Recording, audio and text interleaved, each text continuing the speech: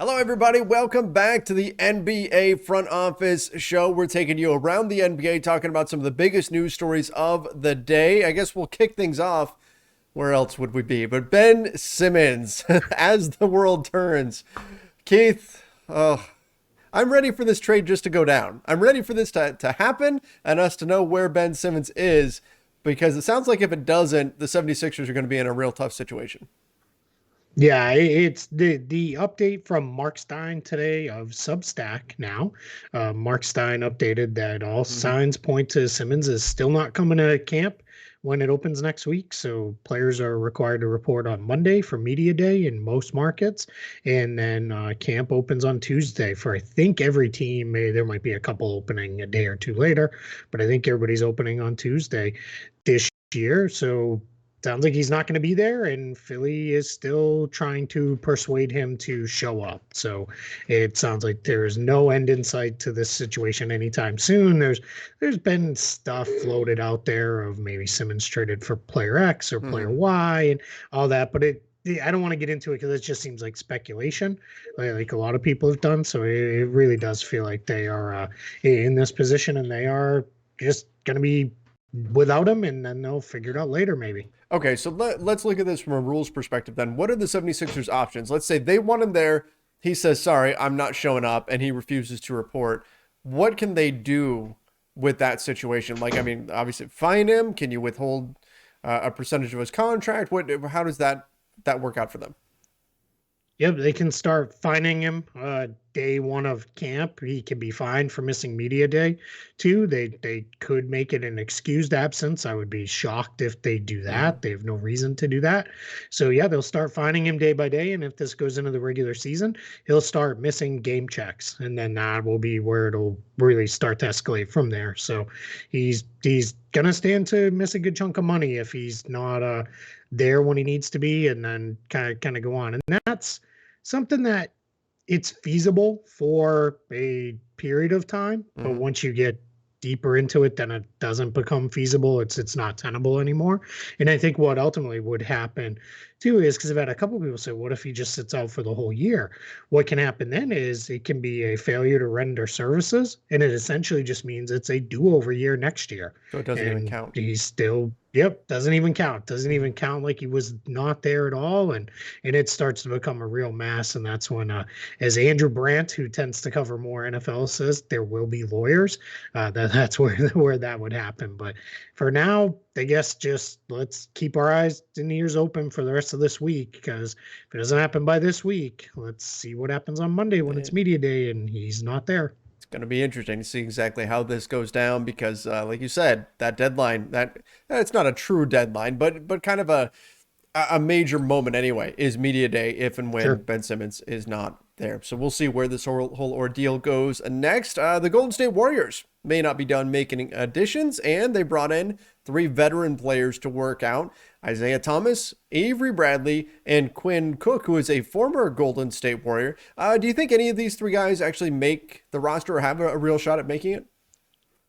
Yeah, I'm gonna guess no, not at the Mm-hmm. moment. Only because the Warriors already have a full roster of players, and that they're already at uh enough guaranteed contracts that it doesn't probably make sense. So right now they're at 16 total players plus a two-way player. So they do have three open roster spots, but those would be more of the camp variety to bring guys in. And maybe one of those guys, the idea would be bringing in a younger guy with the idea of converting him to a two-way. Mm-hmm. Later, there was a lot of thought they wanted to add a guard, a wing, and a big, which would make sense to kind of balance out the roster and go from there. But this is interesting to me because it's Bradley, IT, and Cook, who are all at least nominally point guards. Their IT's the closest thing to a traditional point Yeah. guard of that group, but Bradley and Cook can both Cook more offensive minded, Bradley more defensive minded, but both tend to guard point guards. They don't really have a true backup point guard to Steph Curry on the regular roster right now. The closest thing is Chris Chioza, their backup or their two-way player that they have signed right now. So that is a little interesting. I did have someone ask me the other day because I had said that on Twitter, and someone said, "What about Nico Mannion?" Nico Mannion signed to play in Italy. this year, so he's not coming back. Now they do still have his restricted rights, and the Warriors will hang on to those, but he's not going to be in the NBA. So yeah, so these guys make sense from that standpoint, but this is what the Warriors would have to do is they're already going to have to eat some guaranteed money on a contract because their three non-guaranteed contracts right now, or at least partially guaranteed, are Damian Lee, 500,000. He's not going anywhere. They're going to keep him. He's been a rotation guy the last couple of years. Michael Mulder is fully non-guaranteed. He's probably going to stick around. He's also been a guy who's been there for a couple of years. And then Gary Payton II, his contract's partially guaranteed for a little over 600,000. So my guess is he's probably the guy on the outside looking in right now, unless there's some kind of trade or something like that. And then everybody else, we could go through them, but we're not going to. Those are guys that are going to be on the roster. So I struggle to see where they create the room for one of these guys. And I don't think any of these guys are in a position where they're just taking a non-guaranteed camp deal to come in. They're going to want a little bit more than that. So let's keep an eye on this one and see how it evolves from here. But at least they'll get a look at them in these workouts. Sounds like they're trying to design them to be 5-on-5 workouts and be pretty competitive. May even include some guys who are probably already in there in the facility. So we're going to get a sense at least of where these guys are at. Isaiah Thomas, for what it's worth, Mark Spears reports, says he feels better than he has at any point since 2017. So that's something worth filing away, which is hopefully good news, and he's feeling it. He even said he can dunk again. Wow, which is really interesting. Well, that's I mean, that just the fact that he's 5'9" and he's dunking, that's an achievement in and of itself. But that is indeed impressive. And he's 5'9". Like, I'm making air quotes here for anybody who's only listening, because I'm not sure that I'm a full 5'9", and I'm taller than him. I have been in a locker room next to him, and I'm slightly taller. So that makes it that much more impressive that he can dunk, because I can tell you, it's been a little while since I've thrown one down, even on as much as an 8-foot rim. He was, I've also stood eye to eye with him, and yeah, he's the only NBA player that I wasn't looking up at to interview. So, but look, Isaiah Thomas, I hope this is factual, because this time of year, I think we just need to put this in here. This time of year is everybody has put on 15 pounds of muscle. Everybody is in the best shape of their lives, right? That's what you just hear over and over and over again. But I hope this is true for IT, because I'd love to see him continue his NBA career. You're right. The Warriors could use a point guard, but might they also be interested in a center? Anthony Slater from The Athletic floating the idea out there of Marc Gasol landing with the Warriors. Marc Gasol bought out by the Memphis Grizzlies after being traded by the Lakers. Most of the news has been about him playing in Spain. But what if there's an opportunity there with Golden State? Is he a guy who could maybe fit with the Warriors? Yeah, I think he could, and I think he could actually maybe help them a little bit. They got by with a less than mobile center with Andrew Bogut for a while, where they kind of plugged him in and just said, hey, hang back. And that was when Bogut wasn't really the shooter that Gasol can be. I don't want to say is, because he struggled some in that area. But yeah, I think you could do something there. And then in order to play for the Warriors, you have to be able to pass the ball. And there's one thing Gasol definitely still can do, is pass from the high post area and the elbows. You can still get some stuff out of that. So maybe that becomes something. I think Anthony Slater also termed it as the Warriors were in on him before, and if Gasol kind of gets the itch to play again, maybe then he says, all right, I want to stick in the NBA for one more year and one more run, and why not just move a little bit up the coast and go and do it with the Warriors. But again, roster spots, still an issue, just like it was with the guards there. One other interesting Warriors note that I saw, I think it was Warriors World, passed this around, one of the Warriors blogs that's out there that's been around for a very long time, was Andrew Wiggins at one point, I want to say it was last year, said there's no chance he would get vaccinated and he wouldn't have any interest in being vaccinated and all those things. And Golden State, by playing their games in San Francisco, is one of those teams that is bound to the local protocol. All teams are bound to the local protocols, policies, rules, laws, whatever you want to call them. But it is that everybody's got to be vaccinated to be inside the building. So let's see where this goes. Just like where got our eyes on the Knicks and Yep. Nets in New York because they're in the same boat. I apologize to anybody who knows this stuff better than I do if it's not exactly the same boat or whatever the case may be. But it is something just to kind of keep an eye on here as we get going. Is are we going to see media day come around next week, and is there maybe a couple guys missing because they're not allowed to be in the facility with everybody else, or well, what is that going to look like? So just one of those things we're going to have to get used to kind of managing. I've been thinking about it with the NFL, where Yeah. they've kind of still shuttling guys on and off the COVID lists over the first couple weeks. The NBA doesn't have a COVID list, but it is something nonetheless to keep an eye on, that we may hear, somebody's out still due to COVID or other reasons related, not having COVID itself, but related to COVID. Yeah, absolutely. It could be a factor this season. Unfortunately, we were hoping that obviously that wouldn't be the case, but appears that this will be a factor to some degree. And then we'll find out what happens with Andrew Wiggins and other players who think the way he does. We'll find out exactly how this all goes down. And we should know within a week, like you said, and that's the great part about this time of year. We're a week away from media day, and that's when everything really picks up around the NBA. It's going to be a lot of fun, but that will also be something to keep an eye on. Speaking of the Nets, Devontae Cacok, former Laker, signing with the Nets. It sounds like he's looking for a two-way contract with them, though. Undersized, big man, hustle player. I like him a lot, but at 6'7", that's the challenge for him. 6'7", playing the center position. That's pretty tough, but does want to try and snag one of the Nets' two-way spots. Yeah, the Nets do have one of the two-way spots filled with Kessler Edwards, who is a guy that they drafted. They had a couple camp spots open, and it sounded like there was going to be whoever the first couple guys to jump on them are, come on down, and we're going to move this along as a two-way competition.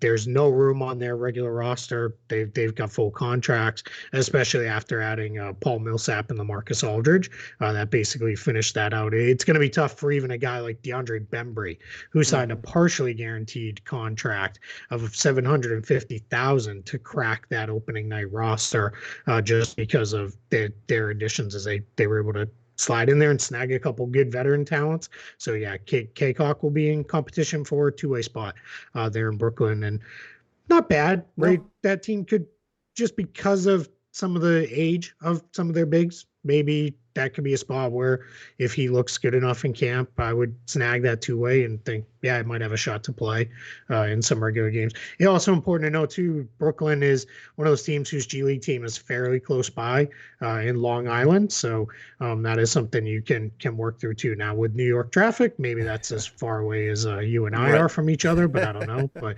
it's presumably closer, so you could shuttle the guy over back and forth a little bit more. And that's just something to keep in mind as these teams continue to move their G League teams closer and nearby. Speaking of the Nets decided to not tender an offer to Isaiah Cordner, and that's something I know you wanted to address, just in terms of second round picks, how that all works in terms of their rights and all of that. Yeah, so essentially what happens with a second round pick is, it really ain't a first round pick. You have to issue them what's called the required tender. And for a first round pick, that is their first round rookie scale offer, needs to be the minimum of what you offer them each year to retain their draft rights, or you need to undergo a process where both player and team agree that the player will not sign with the team that offseason. With a second round pick, it just needs to be a 1 year, fully non-guaranteed contract. Essentially the equivalent of a training camp deal is what you have to offer every player to continue to retain their draft rights. Well, it sounds like what happened a few days ago, the Nets and Isaiah Cordner decided, all right, you probably want to come over to the NBA or have a fair shot at the NBA. We have no chance at putting you on this roster because it's just too full. And let's do a solid by this guy. We're going to renounce his draft rights.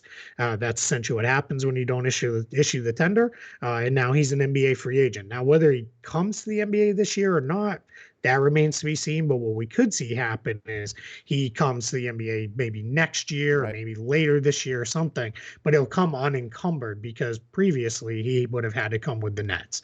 And clearly the Nets didn't see that.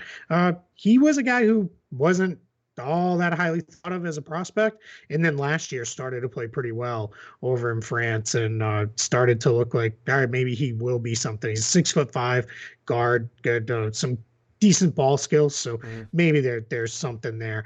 One thing I will say is he is already 25 years, or he'll be 25 So old. at the end of November. So yeah, right. I know, so old. Yeah, I was saying to somebody earlier today. I was planting bushes this weekend in front of our house. I thought about just digging the hole a little bit deeper and climbing in and calling it, especially by the end when it was so hot planting these bushes. But anyway, we'll see if there's any future there. But just kind of a cool thing that the Nets did for him by saying, "Hey, we'll free you up. Yeah, All the best to you. Good luck finding something." and you still see players' rights get tossed into trades and things like we just saw. The Lakers made a trade where they had rights thrown in from for Wong Zealand tossed into a trade. They're not actually going to bring him over, but those rights just kind of stick around. You have some weird stuff too, where players' rights from like a decade ago are still sitting with the team. Yeah, even longer than that, which is crazy, but kind of cool by the Nets to see them just kind of say, you know what, we're gonna let you go, be a free agent, and let you just go and land wherever you can if you can find a spot. There is a guy, his name is, let me make sure I get it right here. Andre Fedosov. Oh, nope, he's not the oldest one. Sorry. Abdul Shamsuddin, Providence College shout out. Let's go back to the New England days. He was drafted in 1990 by the Seattle Supersonics, and the Oklahoma City Thunder still hold and retain his draft rights. Wow. Now, those ones are starting to get stupid and useless because the NBA put in a rule about 4-ish years ago that you can no longer trade the draft rights to a player who's not reasonably going to come over. And considering he is 10 years older than I am, and I am 43, he is not coming to the NBA. So he's 53 years old. It's highly unlikely, I would say, that Abdul Shamsuddin is ever going to make an appearance in an NBA game, but I guess stranger things have happened. But yeah, these teams continue to hold on to these draft rights. There's a guy, Augusto Benelli, on the Atlanta Hawks. He was drafted in 1986. I think he is now officially the oldest retained draft right player in the league. Hey, so, you know what? Tom Brady the other day said that he could see playing until 50. So if Tom Brady can do it, then I think any of these guys can. Although Tom Brady also has any of these guys can come and do what Tom Brady's doing right now, then more power to all them. It takes is just eat lots and lots of plants, and you can do that. No bread ever, which makes it even no more... tomatoes or strawberries. That's right. Yep. Man, Tom Brady. Yeah, I love Tom Brady, but TB12 will never be a part of my life. All right, let's talk a few other guys, some odds and ends here. Guys that a lot of people have been talking about in terms of last spot on a roster somewhere. Some of these guys are getting picked up overseas. So Jimmer Fredette, Air Jimmer, and Noah Vonleh to the Shanghai Sharks. Keith, when I say Noah Vonleh, I can't help but think back to that year's draft class when Julius Randle versus Noah Vonleh was the big thing. Which one is going to get picked first, and Vonleh's skill set and all that. But those guys both signed overseas, so they will not be in the NBA in the near future. Maybe at the end of that CBA season. Yeah, that's possible. Vonleh probably more than Jimmer Fredette. I think Jimmer Fredette's NBA career is I don't think we're going to see it resume at any point. But maybe Vonleh is a guy who could resume. We've seen guys go over there, put together huge numbers in China, and maybe he comes back. But, if you're Jimmer Fredette too, I wouldn't push to get back to the NBA. He's making good money in China, putting up big numbers, and he is a massive fan favorite over there. They absolutely love him. So, just keep going over that way. Keep doing your thing, Air Jimmer. OJ Mayo. It's a blast from the past. OJ Mayo signs in Russia, and then Mike James, who was on the Lakers' radar for a roster spot, a guy they brought in before they signed Rajon Rondo, he signs with Monaco. Yeah, so OJ Mayo's going to also play with Jarrell Brantley, who was with the Utah Jazz the Hmm. last couple of years. They both signed with Unix Kazan in Russia. So OJ Mayo, he is cleared to come back to the NBA off his 2-year drug suspension if anybody wants him and wants to bring him back. But remember when OJ Mayo was like the Yeah. number one high school player and everything? So yeah, that's how life changes there. But yeah, so we'll see what ultimately comes of that. And then yeah, Mike James, interesting. He had some contract stuff with his former team in Russia, and that's all now been freed up and cleared up. And instead of coming back to the NBA, he signed it with Monaco, who plays in the top league in France. So well, we'll see. Speaking of the top league in France, Peter Corneli, two-way player with the Denver Nuggets this year. He's a guy that Denver's held the draft rights for a while, since 2016. 26 years old. He's going to actually come over. He's about 6'11", maybe 7 feet. He's a center, but he was a guy who was drafted is one of those potential kind of guys. He's Hmm. big, he's long, he's got all sorts of stuff. Maybe we'll get him over here at some point. And then it never really came together. And then last year in France, really breakout year, 14.4 points per game, 7.9 rebounds, really stepped up, shot 44% from three, Ooh, and really started to look wow. like a guy he hadn't looked like before. So the Nuggets, after bringing him into summer league 3 years in a row in 2016, 17, and 18, he is now going to come over and play for them on a two-way contract. Nice. Yeah, I mean, hey, 6'11" and 44% from three. That'll get you a look in the NBA for sure, based on the way, Yeah. the playing style right now. So good to hear that he's actually getting a full shot after toiling away in the Yep. summer league. Yep. Yeah. Yeah. So we'll see what comes of that. All right. Well, you know what? When we're looking around the league right now, we're kind of in like the calm before the storm right now, right? I mean, we're going to have all these Yep. media days taking place around the NBA next week. And then shortly after, we're going to have preseason games starting up and all that. Right now, everybody's just kind of holding their breath and waiting it out because it's coming. It's coming. The season is almost here. I consider preseason really the start of the season. Once that starts up, we're in the thick of it and it's going to be a lot of fun. So I can't wait, Keith. We're still in that range right now where it's far enough away to where it feels too far, but then when you really look at it, you're like, it's not that far though. I think we're at a point where we can officially like start really getting excited. Yeah, well, and we're less than 2 weeks out from that first Yeah, preseason game. You have to go to work a day before I do, that's because right. the Lakers open that first Sunday, the third, against the October Nets 3rd. Yep. in the preseason, and then most of the other teams get to work the next night, and it'll include the Celtics for me covering a game against Orlando on the fourth. So yeah, so we're down to it 2 weeks from today for the Celtics, less than 2 weeks for the Lakers. Everybody else going to be in that mix here. So yeah, we're doing our best, guys. We know we're kind of scraping here for news, but that's this part of the year. But we're there's still going to be stuff happening, and you guys know if there is a Simmons trade to be made, we will be all over it as soon as we can be breaking it all down. That's right. That's right. We'll see if it happens before media day. Otherwise, could get a little bit uncomfortable.